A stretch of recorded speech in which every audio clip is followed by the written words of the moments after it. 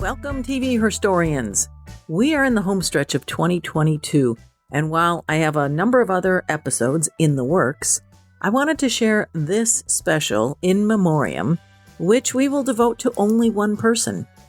But alas, she wasn't just any one person. Dame Angela Lansbury was a consummate performer.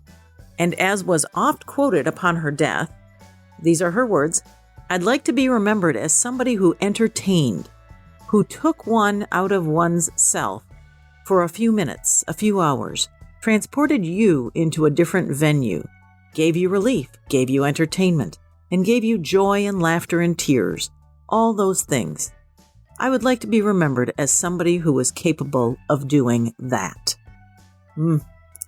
Angela Lansbury. At Advanced TV History, we believe that women of TV who passed in this closing year deserve one last hurrah. Many were behind the scenes, others were big decades ago, big names, and some, sadly, we lost to cancer in the prime of their lives. Those episodes are forthcoming. I choose to do this special tribute to Angela Lansbury for two reasons. First, TV, women, Murder, She Wrote has tremendous mindshare in this category across generations. We are long overdue in discussing this great series. And second, on Twitter, I stumbled into Bridget Kies. There's no question that one of the big losses in 2022 was Angela Lansbury, the iconic, well-traveled, recognized, awesome singer, dancer, actor, everything she was, and philanthropist and advocate. I know this about her, but I really don't know anything about her. And so as I was in the Twitterverse not that long ago, while it still exists, I encountered Bridget Kies, who is a professor at Oakland University in Michigan. And she was talking about the fact that she is in the middle of researching and writing a book about none other than Angela Lansbury and Murder, She Wrote. So I'd like to welcome Bridget Kies to Advanced TV History. And Bridget, let us know kind of how it is that got you to becoming a bit of an expert and researcher of Angela Lansbury and Murder, She Wrote. Sure. Well, first, thanks for having me.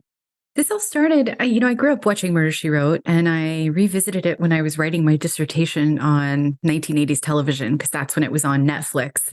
And I'd put it on in the background while I was working on my dissertation. Then in the summer of 21, I rewatched the whole series again on Peacock, probably for the third or fourth time that I've seen the entire series all the way through. And Wow. I have this, but I have this rule that I'm allowed to watch anything I want on television because it's my profession. But if I spend too much time on it, I have to turn it into a publication for my job. So I said, okay, well, you've got to figure out something to write now about Murder, She Wrote, because you spent your whole summer on this. So my friend and I launched a podcast together. And then I thought, there needs to be a book about this. Wayne State University Press has a series called TV Milestones. Each book in the series is about, sort of iconic television series. And I realized they didn't have one on Murder, She Wrote yet.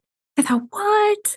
I mean, the show has been watched consistently for almost 40 years. So I proposed that I take all my effort from that summer and turn it into a book for them. So that's what happened. Excellent. Okay, well, we're going to talk a little bit more about the status of your book and your research in a minute. So let's talk about Angela Lansbury, who passed this year at the age of 96. As you have come to further study her life, how do you think she will be remembered? What will she be remembered for? Not just a role, but, what was that trait? So it's interesting for me because I was actually in Boston looking through her personal archive just a week before she died. So I felt like I had just gotten to know her as well as one possibly could, looking through all of her personal papers. I think there's a couple of ways that her legacy will be remembered. First of all, we need to talk about the longevity and virtuosity of her career. That sort of every 2 decades, she shifted to acting in a different medium and completely crushed it. So in her 20s, she was an MGM contract player and starred in movies and was nominated for Oscars with her first 2 performances. Then she switches in her 40s to starring on Broadway and she gets Tony Awards. And then in her late 50s and 60s, she stars on Murder, She Wrote, and she's nominated every single year for an Emmy. So not only does she have this long career, but it's incredibly virtuosic, I think is what I'm trying to say. And that she is just really able to transcend different media and different genres and like always still find that audience appeal somehow.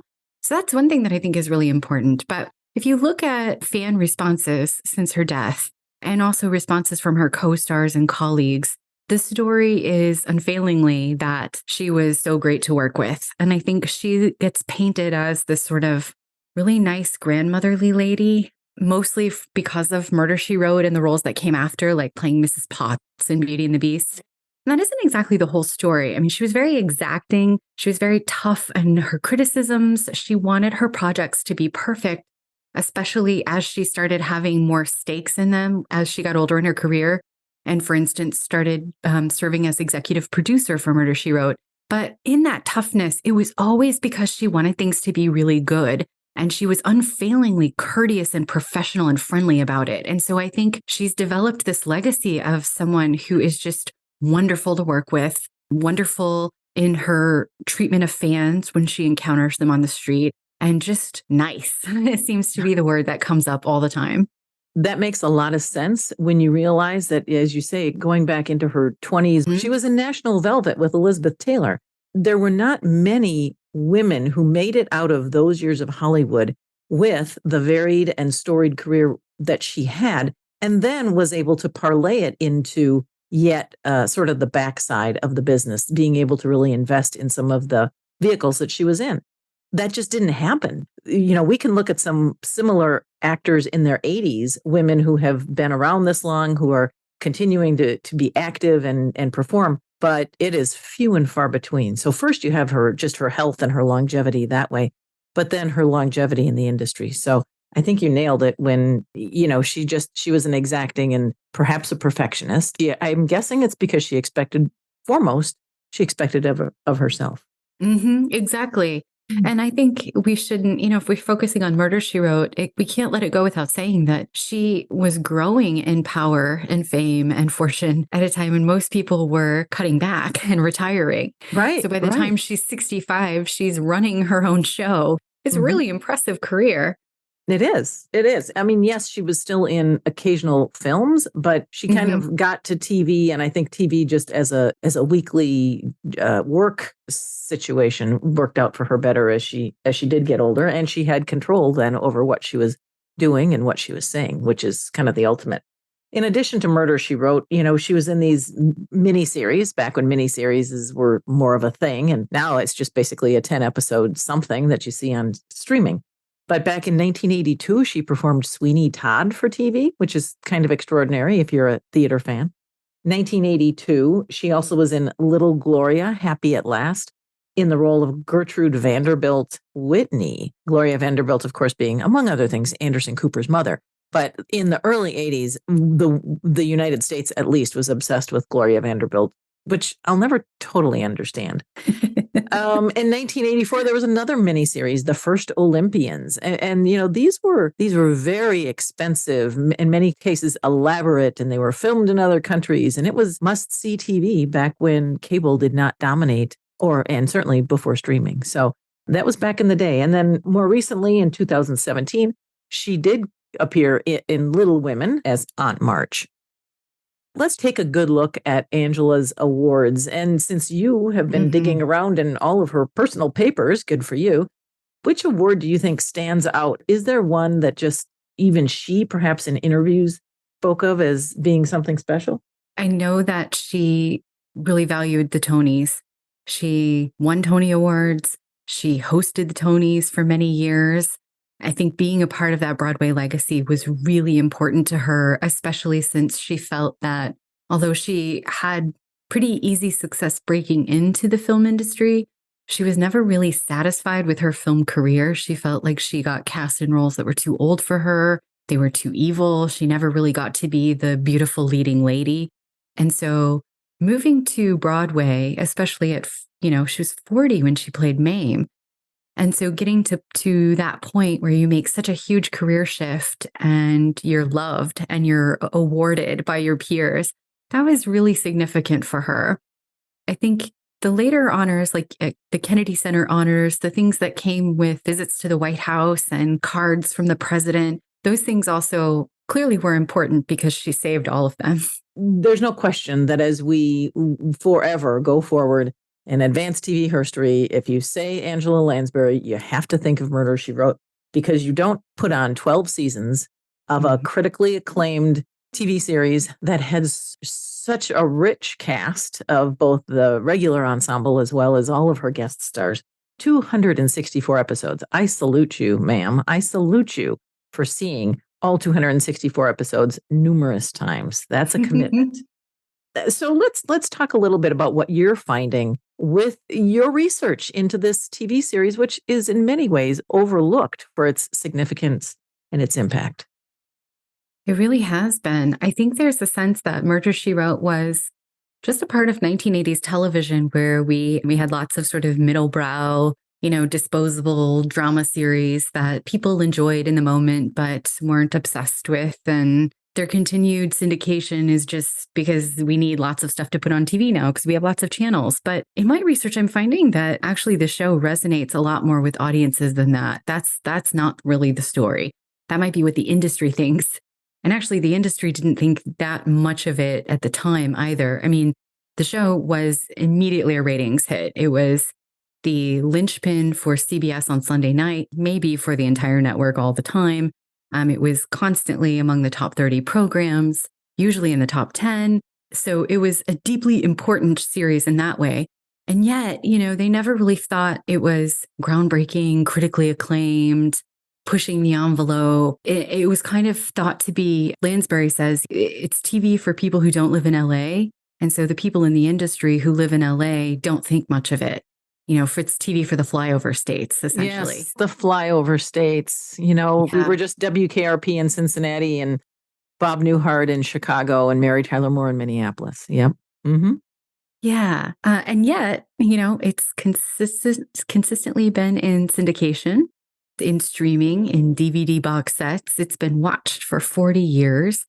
And people love the show. The show is not disposable TV in any way. No, in fact, it's quite comforting. And maybe, I don't know that anybody says, oh gosh, I'm having a really bad day, I'm going to queue up an SVU episode, because it's a formula. I'm not sure I'd want to know them. I will watch a Bones episode every once in a while if I sort of feel like I need a, kind of a procedural with some nice little humor. And, thinking a little bit about disposable TV and where TV was even headed in the 80s. Just listen to this for a second, listeners.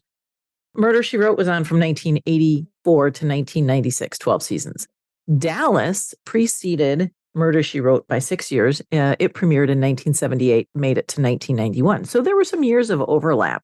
And when we first started watching Dallas, well, you had Larry Hagman, and it was kind of the drama around that generation. But there were 3 generations of viewings that we were tracking. And Barbara Bel Geddes as a matriarch, and I did an episode on Barbara Bel Geddes and Jane Wyman, who was then on Falcon Crest.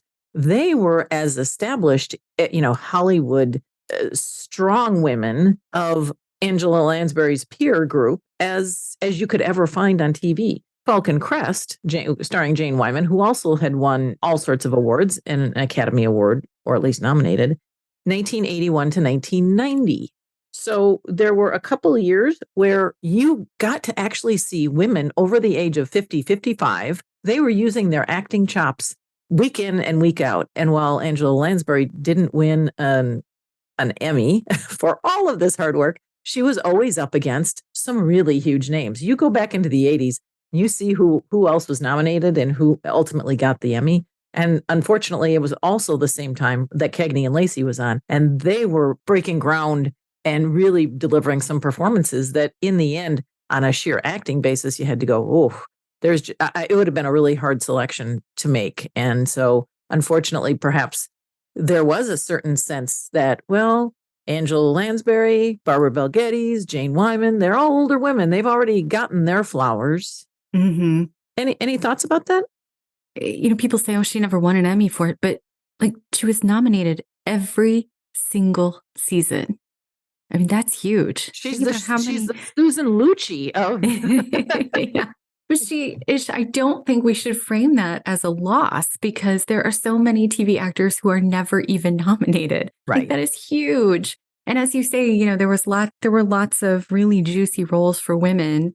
And she lost to Tyne Daly and Sharon Gless multiple times, the Cagney and Lacey team. Mm-hmm. So, I don't think that her 12 seasons of nomination, it was really disappointing to her year after year. But to me, it's like that represents a win to be nominated every single year. And I think what also stands out to me is many of the other roles for older women that you mentioned, they aren't the anchor of a series in the way that Jessica Fletcher is the anchor of Murder, She Wrote. And certainly they're not the only consistent actor from episode to episode. Because of the nature of Murder, She Wrote, that Angela Lansbury's character, Jessica Fletcher, is traveling from city to city in every episode. We have recurring characters, but she's the only character who's in every single episode. She carries that series. So for people to admire her and love her and be willing to watch something that takes place in a totally new setting with totally new people week after week, I mean, that's acting, right? That's really grabbing your audience. Yes, and carrying it every single year with extraordinary ratings, always at the top of the pile, and high quality writing that she presumably demanded and got. Talk a little bit about some of those wildly wonderful cameos, and who were some of those names from old Hollywood that came on, and what was her thinking behind that? That actually started with the series creators. Richard Levinson and William Blink were the creators of Columbo, and Peter Fisher was one of their writers on Columbo. And they created Murder, She Wrote. And from its very inception, they had this idea that if it was going to be a series where Jessica travels from week to week and we don't have consistent secondary characters, then what we should have is this array of guest stars, which they had done in Columbo, they'd done in some other projects they'd worked on. And if we have these people who the audience already knows, they're old movie stars or they're from other TV projects, it can be really fun for the audience to watch then, since we don't have a consistent ensemble. And then once Lansbury and her family took over the series, they really insisted to keep that model. And there's stories where she even advocated for actors she knew hadn't had projects in a while and might lose their union membership or lose their health insurance to make sure that they got roles too. And I think for audiences, it's really fun because if you don't know who any of those people are, it's great. You just watch the episode and you get into the story. But if you know who these people are, it's really fun to just see this parade of former actors playing roles that are like totally different than what you'd expect them to play, murderers and murder victims. But I'm going to put you on the spot. Yeah. Who are some of your favorites who just rolled in and looked like they were having so much fun? Oh, gosh. I mean, there's too many to name. Like basically, anybody you can think of from classical Hollywood has probably been in an episode of Murder, She Wrote. I think some of my favorites are just the goofier ones. Like Cesar Romero plays this eccentric painter who lives on a hidden island in the Mediterranean, like a private island. And he summons Jessica and his other friends to his birthday party there. It's very Agatha Christie. Let's shift a little bit to your research. In addition to spending time in Boston, going through the archives that Angela Lansbury has donated to an organization, what kind of research are you doing into the worlds of the fans, the diehard fans such as yourself, and how they either contributed to the show's success or how they are carrying on its memory? So I launched last spring and last summer, I launched what I believe is the world's first survey of Murder, She Wrote audiences and fans. And then from that, I conducted some follow-up interviews of people who'd agreed to participate in more in-depth research. And I found some consistencies. There's, a range of different ideas about what the show is or what they like best, but there are certain consistencies. And one of them is the sense of comforting. It's comforting to watch, which is great because it's a show about people getting murdered. But because the murderer is always captured at the end, and because Jessica always is the one to capture the murderer, and she's this smart, warm, charming woman, it provides people with a real sense of comfort. Hello? You may have failed to notice, madam, but this is an official police investigation site. Oh, yes. I'm very sorry. Is Lieutenant... Inspector Roger McCabe, Queensbridge Barracks, and you are? Well, my name is Jessica Fletcher. I'm very anxious... Jessica Fletcher, the author Jessica Fletcher? Well, yes. Mrs. Fletcher, this is a delightful and unexpected pleasure. I've read most all your books. Well, thank you. But what in the world are you doing here in Queensbridge? Researching the showdown, perhaps, as background for your next thriller? Actually, no. I'm here to visit my niece, who, I'm sorry to say, seems to be involved in your investigation. Oh? Her name is Jill Morton, and she's living, well, she's involved with... She's a very good friend of Marty Reed's. Ah, yes. Young Mr. Reed. I've been trying to locate him all morning. Well, let me see now. The young lady's apprehensive, as well she might be, and she's asked you to intercede. Something like that, yeah. For a lot of people, especially during the pandemic, it was helpful to revisit the show in streaming or on DVD because it provided that sense of nostalgia for a different time and a sense of a moral universe where everything is really clear and the good always prevails. Listeners, we were talking offline a little bit about how old a person might have been when they first started watching Murder, She Wrote, and what some of those situations might have looked like, which further make it feel like comfort TV. It sounds like you're finding a trend among some fans. There's definitely people of all ages who watch. I know that from my research and from my podcast. We know our listeners range in ages, but the bulk of the people who are the most active online and who participate in these sorts of surveys and interviews range from about 30s to 50. So they would have been people who grew up with the series, were children or teenagers when it was on the air. And so they grew up watching it. And the repeated narrative I hear is that I went to my grandma's house and I watched with my grandma, or my grandma moved away and I watched because it reminded me of my grandma. So there's a very comforting sort of grandmotherliness to Jessica and to the show itself as this sort of quaint series that seems really attractive to people. Absolutely. I'm skimming through the cameo cast and, Pat Harrington and Chad Everett from Medical Center and David Burney and Jeff Conaway and Susan Blakely, Claude Akins, although he was more of a regular, wasn't he? He was a recurring character in season 1. He played the guy who was Jessica's best friend in her hometown of Cabot Cove, Maine. But he, Murder, She Wrote had this policy that guest stars, no matter how big or small, they would always be named in alphabetical order. And they all got the exact same flat daily pay. And Claude Akins' agent really didn't like that. He felt he was bigger than that. And his character was this rough fisherman type who would try to get Jessica to quit typing her murder mystery novels at her kitchen table and go out and have fun and be in the real world. And Lansbury thought, my character is like this world famous writer. She's sophisticated. She's educated. I'm just not buying that she would be friends with this guy. So he only lasted for season 1. And then in season 2, she got a new best friend who was played by William Wyndham, who was Seth Hazlitt, the town doctor. So he's more sort of on an educational par with her. Well, and he was he was just a standard of 60s TV as well. But I think it's really cool that Angela Lansbury had the power to vote people off of her cove.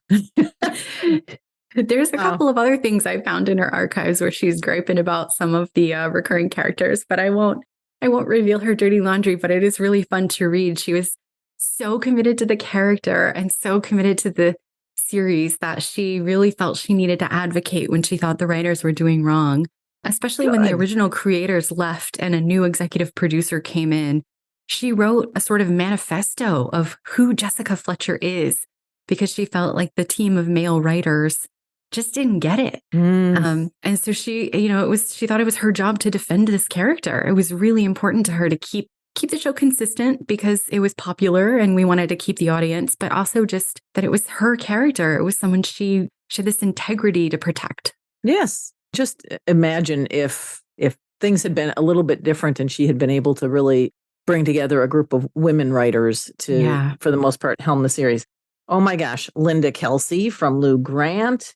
We've got Gloria DeHaven, a very long-time Hollywood name, Anne Francis, David Groh, who played Rhoda's husband on Rhoda, Lois Nettleton. Oh, she is a wildly underrated actor. Yeah, I need to do a whole episode on Lois Nettleton. Lois Nettleton is great. Yes. Elaine Joyce, who you might know from Tattletales. Anyway, and Evelyn Kies from Gone with the Wind. Holy mackerel. Yeah. I think the most fun ones are the people who, if you know Lansbury's list of credits, it's people that have been in stuff with her before. So you think how fun for them to get to do this episode together now in their 50s and 60s. So, yeah, she was probably sitting in the meeting saying, oh, you know what? Let's just call Gloria DeHaven. I'm sure she'll do it. She owes me, and they're all just like, do you have a number? Oh, that's very cool. So here you are, you're working on this book for Wayne State University. And I've actually done other podcast episodes with other Wayne State authors, including The Americans. That was just earlier this year. So it is great that they are going to great lengths to ensure that someone out there is gathering this research and really chronicling the excellence of these series before they get locked away, before streaming doesn't put them on anymore, because not so much that they don't merit streaming, but rather those who are controlling streaming want to make sure that they're getting a decent dollar for it. But you're writing a book. So when do you think it's going to be done? Well, so my manuscript was just submitted at the end of last month. So it'll take some time. I have to do several rounds of reviews and revisions. So maybe 2024. Actually gathered so much information in the process of doing my research, especially on Lansbury as an aging star and on the audience and the fandom, that now I'm writing a second piece. Oh, wonderful. Wonderful. Well, we're going to keep an eye on that then, and I will stay in touch with you over the next couple of years. When you finally have something to hold in your hand, I'll make sure that they send one to me, and we will pick up this thread where we leave off right now. Sounds good. And that is celebrating Angela Lansbury in this year, 2022, where we lost some pretty big names and we lost a lot of women, I'll just say, to cancer, like women in their 30s and 40s and 50s. And we'll get into that list shortly. A reminder, get those screenings done, which whatever part of your body you need to have screened because it's that certain year for you.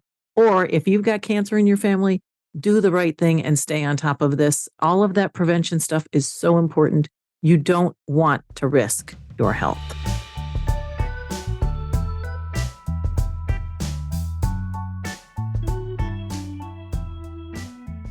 Many thanks to Bridget Kies for spending some time with us. We hope to have her back on once her first book is published.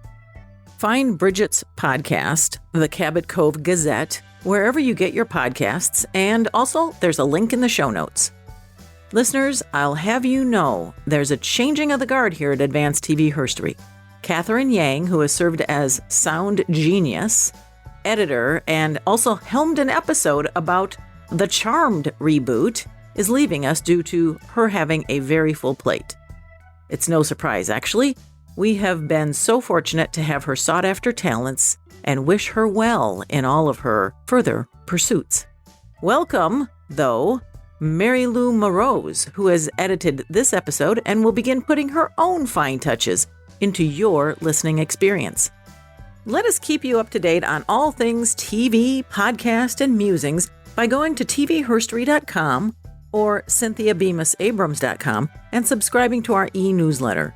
I will not share your information with any entity. And as I likely ramp down on Twitter, look for increased presence on Instagram. Just search Advanced TV Herstory. That's our handle.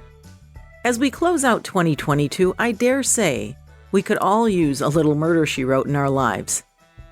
Linger on that thought and perhaps how, lo these decades ago, you or your parents or grandparents appreciated this gentle show. Hold that feeling. Among so many reasons, this is why I podcast. I'm your host, Cynthia Bemis Abrams.